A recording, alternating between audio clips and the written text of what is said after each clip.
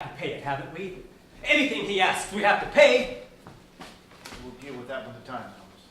This may be all my imagination.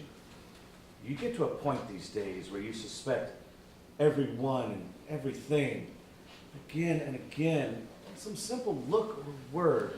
I even find myself wondering, are they the Green Police? Will they tell? Who will they tell? How long do we have? Telephone. What does that mean, the telephone ringing on a holiday? It's my wife. I told her I had some papers to go over with at the office and to call me there when she got out of church. I'll offer him half then. Goodbye. We'll hope for the best. Goodbye, Mr. Crowley. Well, you can thank your son for this. Falling and tripping there. I tell you, it's just a matter of time now.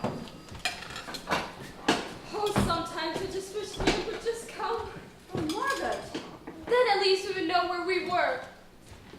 Oh, Margaret, you should be ashamed of yourself talking like that. Like, think how lucky we are. Think of the thousands dying in the war every day. The people in the concentration camps. What's the good in that? What's the good of thinking misery when you're already miserable? That's stupid. Anna. We're young, Ma got paid or not. You grown-ups have had your chance, but look at us. If we begin thinking about the poor in the world, we're lost. We're trying to hold on to some kind of ideals, when ideals, hopes, everything are being destroyed. We weren't around when the world became such a mess. We didn't start it all.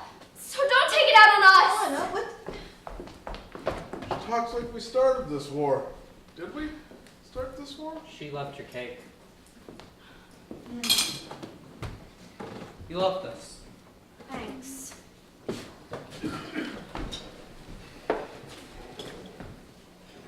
I thought you were fine just now.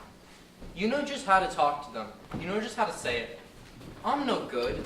I never can think, especially when I'm mad. That Dussel, when he said that about Mushi, all I could think was I wanted to hit him. That's what I used to do when there was argument in school. But here, in an old man like that, it wouldn't be so good. You're making a big mistake about me. I do it all wrong. I say too much, I go too far, and I just hurt people's feelings. I think you're fine. What I'm trying to say is if it weren't for you around here, Do you mean it, Pater? I said it, didn't I? Thank you. Got quite the collection there. Oh, yes. Would you like some? Heaven knows you spend enough time in your room, doing heaven knows what. It's easier. If there's a fight or an argument, I duck in there. You're lucky you have somewhere to duck into. His lordship is always in here. I never get a minute alone. Once they start at me, I can't duck away. I have to stand there and take it and take it. Well, you gave some of it back just now. I get so mad. They're forming their own opinions about everything. Well, we're still trying to figure it out. No other kids our age have ever had to go through this. And right as we think we figure something out, bang. Something happens and we have to start all over again. At least you've got somebody you can talk to. Not really. Mother, I can never talk about anything serious with her. Father's all right. I can talk to him about everything. Everything but one thing. Mother, he simply just won't talk about her. I don't think you can really be intimate with anyone if he holds something back. Do you? I think your father's fine. Oh, he is, Paige, really, he is. He's the only person that's ever given me a feeling that I have any sense. It's just that, well, nothing can replace the feeling of friends your age or near your age, can it? I suppose you miss your friends and all. It's not just that, it's... Look at us, going at each other. We're talking to each other. It's been a year and a half of seeing each other every day, and this is the first time we've ever really talked. It helps to let off some steam, to have someone to talk to. Well, anytime you want to let off some steam, you can come into my room. You better be careful how you say that. I can let off an awful lot of steam. It's all right with me. Do you mean it, Pater? I said it, didn't I?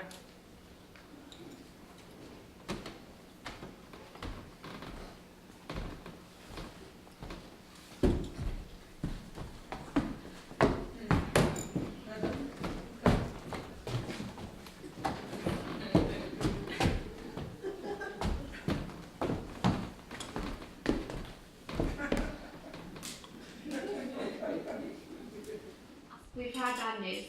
The people from whom meat got our ration books from have been arrested, so we've had to cut down on our food. Our stomachs are so empty that they rumble and make strange noises, all in different keys. Mr. Von Don's is deep and low, like a bass fiddle. Mine is high, whistling like a flute. As we all sit around waiting for supper, it's like an orchestra turning up. It only needs Toscanini to raise his baton and we'd be off on a ride in full breeze. Monday, the 6th of March, 1944. Mr. Crawler is in the hospital. It seems as he has ulcers. Tim says that we are his ulcers. Meade has to run the business and us too. The Americans have landed in the southern tip of Italy. Father looks for a quick finish in the war. Mr. Dussel is waiting every day for the warehouse man to demand more money. Have I been skipping too much from one subject to another? I can't help it. I feel that spring is coming. I feel in my whole body and soul. I feel utterly confused. I am longing, so longing for everything. For friends, for someone to talk to, someone who understands, someone young who feels as I do. Anna! No, I'm not just yet, Mr. Dussel. How's that look? Fine. Didn't even look. Of course I did. It's fine. Margot, tell me, am I terribly ugly?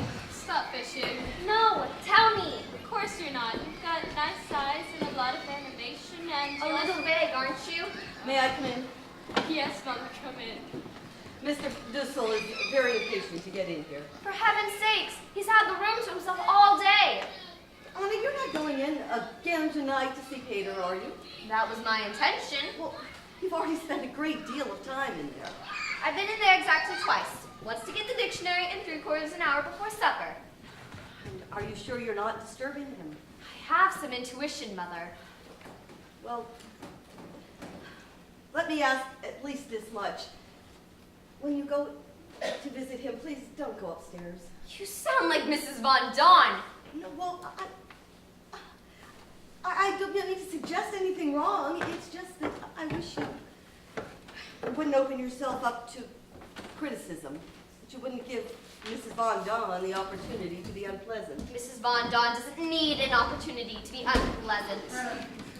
We're all on edge with Mr. Crawler in the hospital, and this is just one more thing. I'm sorry, Mother. I'm going to Page's room. I'm not going to let Petronella Von Dawn spoil our friendship.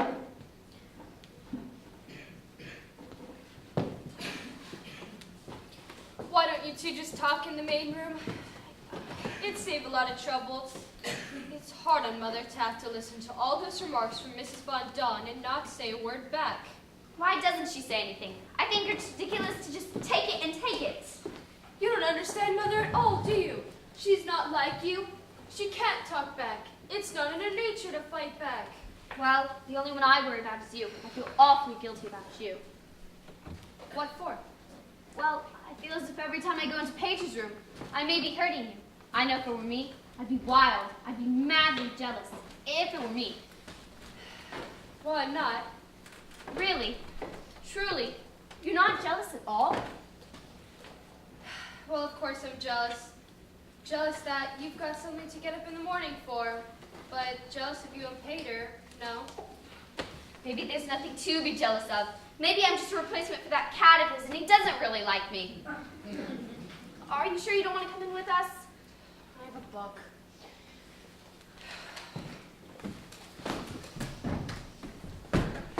Anna, will you please let me in my room?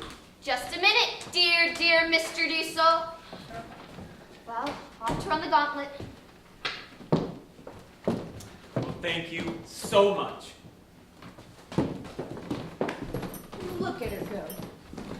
I don't know what good it is to have a son. It's not like I ever get to see him. He wouldn't care if I killed myself.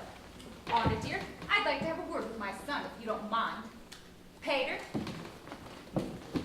I don't want you staying up all hours of the night. You're a grown boy. You need your rest, you hear? Anna won't be staying late. She's going to bed promptly at 9, aren't you, Anna? Yes, Mother. May we go now? You're asking me? I didn't know I had anything to say about it. Listen for the chimes, Anna dear. In my day, the boys went going after the girls. You know how young people like to think they have secrets, and Peter's room is the only place they can talk. Talk? That's not what they used to call it. Aren't they awful? Aren't they impossible? Treating us as if we're still in the nursery. Don't let it bother you. It doesn't bother me. I suppose you can't really blame them.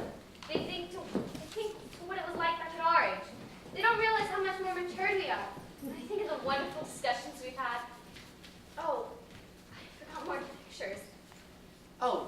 fine, thanks. Are you sure? We've just brought some new ones in. Maybe later. I remember when I got that one. I bet you'll get me 5 ice cream cones. We used to have heavenly times. We finished up the Delphi, or the Oasis, where Jews were allowed. There's always be lots of boys. We laugh and joke around. I'd like to go back there sometime, for a day or even a week. But after that, I know I'd be bored to death. I think more seriously about life now. I want to be a journalist, or something. I love to write. What would you like to be? Oh, I thought I might go off someplace, get a job on a farm or something. Some job that doesn't take much brains. You shouldn't talk that way. You have the most awful inferiority complex. I know I'm not smart. No, that's not true. You're a lot better than me than a lot of things, like arithmetic and algebra and, well, you're a million times better at me than algebra. You like Margot, don't you? You've liked her since the beginning. You liked her much more than me. Oh, I don't know. It's all right. Everyone feels that way. She's bright, beautiful, and I'm not. Hey, I wouldn't say that. I'm not. I know that. I know quite well I'm not a beauty. I never have been, or never shall be. I don't agree at all. I think you're pretty. That's not true. And another thing, you've changed. From at first, I mean. I have. I used to think you were awfully noisy. And what do you think of me now? Well, you're quieter. I'm glad you don't just hate I me. never said that. I bet once you're out, you'll never think of me again. That's crazy. Once you're back with all your friends, you're going to say, now what did I ever see in that Mrs. Quack Quack? I haven't got any friends. No, that's not true, Pater. Everyone has friends. Not me. I don't want any. I get along fine without them. Would you get along fine without me? I consider myself as your friend. Well, they were all like you. It'd be different.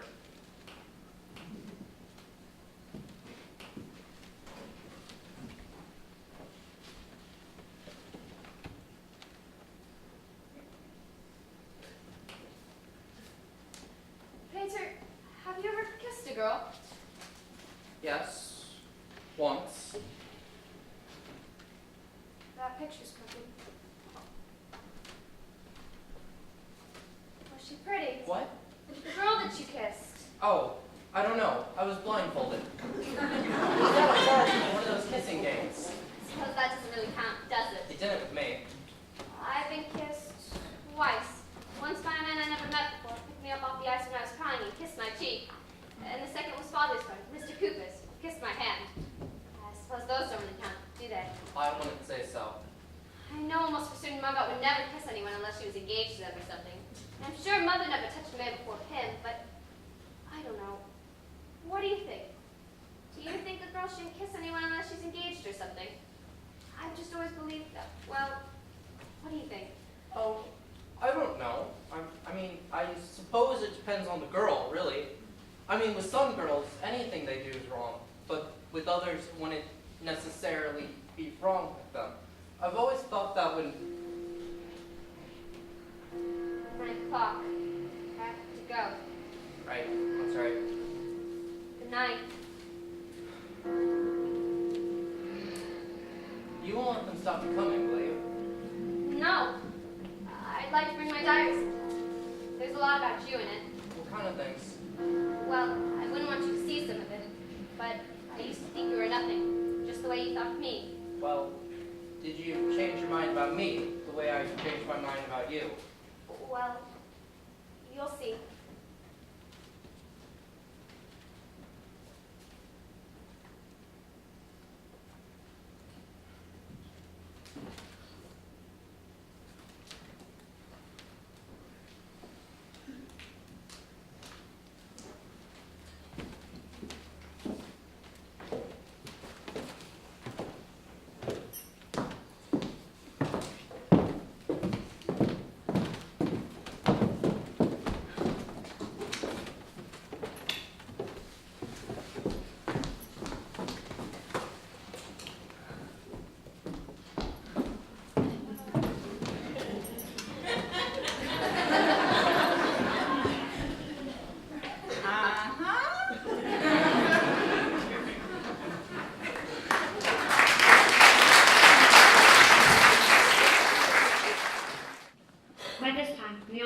are so wild that if anyone starts to tell a story, the rest can finish it for him.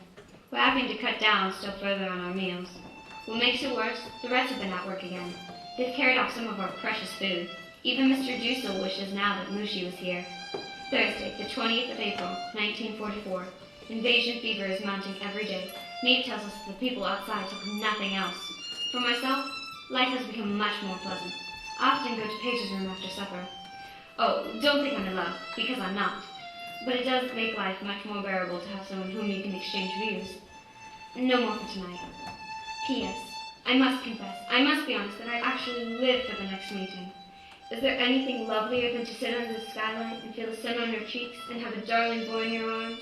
I admit now that I'm glad the Von Dons had a son and not a daughter. I've outgrown another dress. That's the third. I'm having to wear Margot's clothes after all. I'm working hard on my French, and I am now reading the book, La Belle Nevernaise.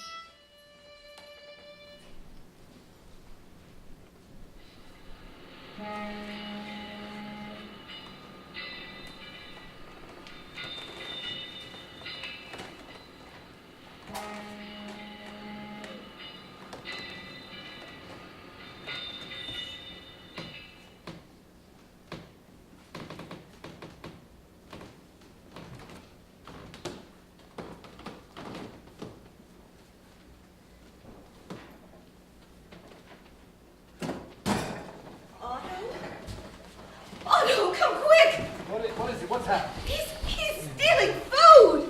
Hoodie, what's going on? You, give me that! Oh, You're just stealing food! Hey, to help! Let it go! Let go! Dirty, rotten! Hoodie, what's going on? Bread? He was stealing bread? It was you. All this time we thought it was the rats. Mr. Von Don, how could you? I'm hungry! We're all of us hungry. I see the children growing thinner and thinner. Your own son Peter. I hear him moaning in his sleep. He's so hungry. And then you come in here and steal the food that should go to them, to the children. He's bigger than the rest of us. He needs more than the rest of us. You're worse than he is. You're a mother and you sacrifice your child to this man. I don't think I haven't seen you. Always saving the choicest bits for him. Day after day I've watched you and I've held my tongue. But not anymore, not after this. Now I want him to leave. I want him to get out of here. Out of here? What are you saying? Just that. Take your things and get out. You're speaking in anger. You cannot mean what you say. I mean exactly that. For 2 long years, we've lived together. We've managed to respect each other's rights. Are we now going to throw that all away? And I know this won't happen again, will it, Mr. Von Don? No. He steals once, he'll steal again. Let us be calm. We'll go to our rooms, let's sit down and we'll talk it out. We'll find a way. No more talk. I want him to get out of here. You would kick us out? There are other hiding places. A cellar? A closet? We haven't even money for those. I'll give you my own money out of my own pocket. I'll give it gladly. Mr. Fromm, you said you would never forget what my husband did for you when you first arrived here in Amsterdam. You said you could never repay him. If my husband had any obligation to you, he has paid it over and over. Edith, I've never seen you this way before.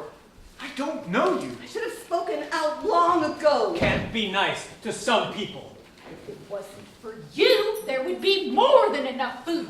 We don't need the Nazis to destroy us. We're destroying ourselves. Here, give this to me. She'll find you a place. Mother, you're not putting Peter out. Peter hasn't done anything. Peter can stay, of course. When I said the children, I mean Peter too. I'd have to go if Father does. He's no father to you, that man. He doesn't know what it is to be a father. I couldn't stay. It wouldn't feel right. Very well, then. I'm sorry. No, Peter. I don't care about the food. They can have mine. I don't want it. Only don't send them out. It'll be daylight soon. They'll get caught. Please, Mother. They're not going now. They'll stay until Meade can find them a place. But I must insist on this. He is never to come in here where the food is stored again. We'll divide up everything we have, an equal share for each. You can cook it here and take it into him. No, we haven't sung so far that we're gonna fight over a bunch of rotten potatoes. Margaret, Frank. Margaret. Mrs. Frank. Stop it! Margaret. Stop it! Stop it, Mr. Dussel! It's me. This is Howard. I must tell. Anna. Please, I beg you, don't let her see a thing like this. Pete. Mrs. Von Don. Stop it! Stop it, Mr. Look at you! Mr. Making all the choices pretending for yourself! Stop it! You're stingy! Stop it! Stop it! Mr. Frank, the most wonderful news! The invasion has begun! Everyone, did you hear what I just said? The invasion has begun! Where? It began early this morning! How do you know? The BBC, the radio! The British have landed! So will the Americans, Dutch, Norwegians, French, all of them! More than 4,000 ships have landed! General Eisenhower spoke! For Churchill! D-Day, they call it D-Day! I'm gonna go tell Mr. Palmer the news! Way better than any blood transfusion! What part of Normandy did they land? Did they say? Normandy, that's all that I know. I'll be back the minute I hear more. Goodbye, everyone! What did I tell you? What did I tell you? What is it?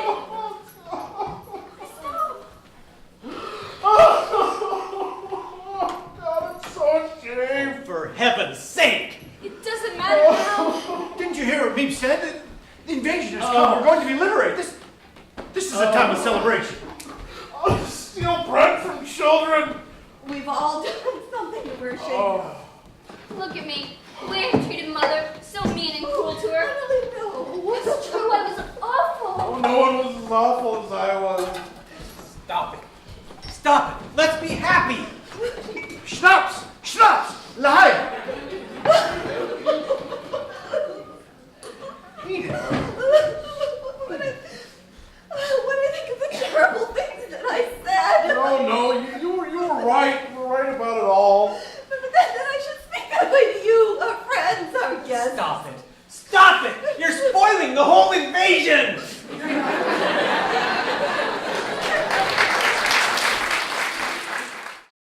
We're all in much better spirits these days. There's still excellent news of the invasion. The best part about it is, I have a feeling that friends are coming. Who knows? Maybe I'll be back in school by fall. The joke is on us. The warehouse man doesn't know a thing, and we're paying him all that money. Wednesday, the 2nd of July, 1944. The invasion seems temporarily to be bogged down. Mr. Crawler has to have an operation, which looks bad. The Gestapo has found the radio that the thief has stolen. Mr. Dussel says they'll trace it back and back to the thief, and then it's just a matter of time till they get us. Everyone is low. Even poor Pim can't raise their spirits. I have often been downcast myself, but never in despair. I can shake off everything if I write, and that is the great question, will I ever be able to write well? I want to so much. I want to go on living even after death. Another birthday has gone by, so now I am 15. Already I know what I want. I have a goal, an opinion.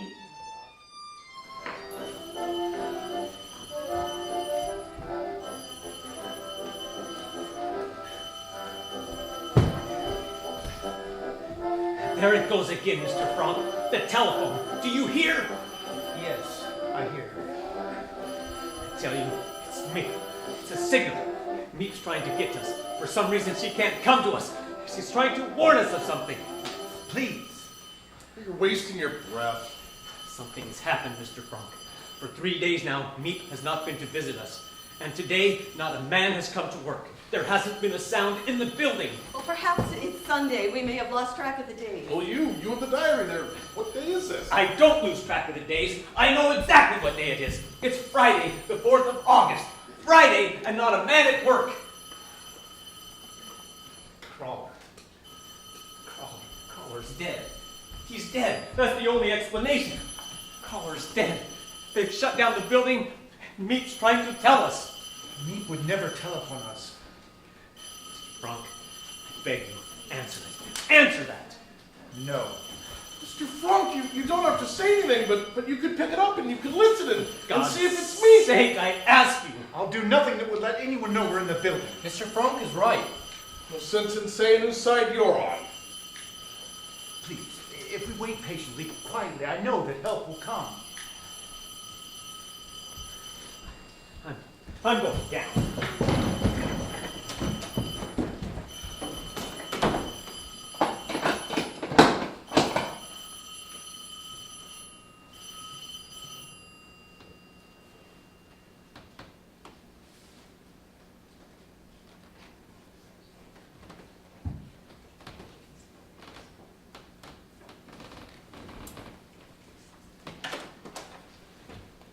too late. Now what?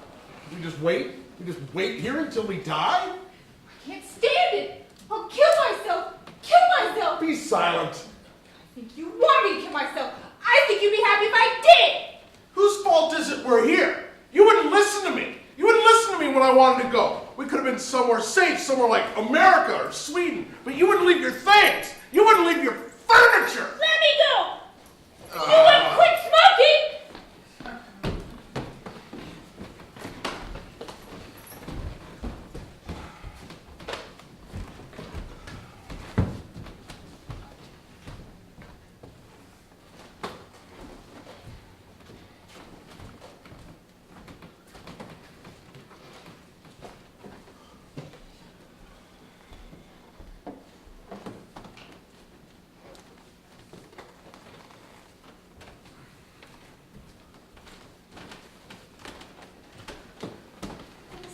Pacer.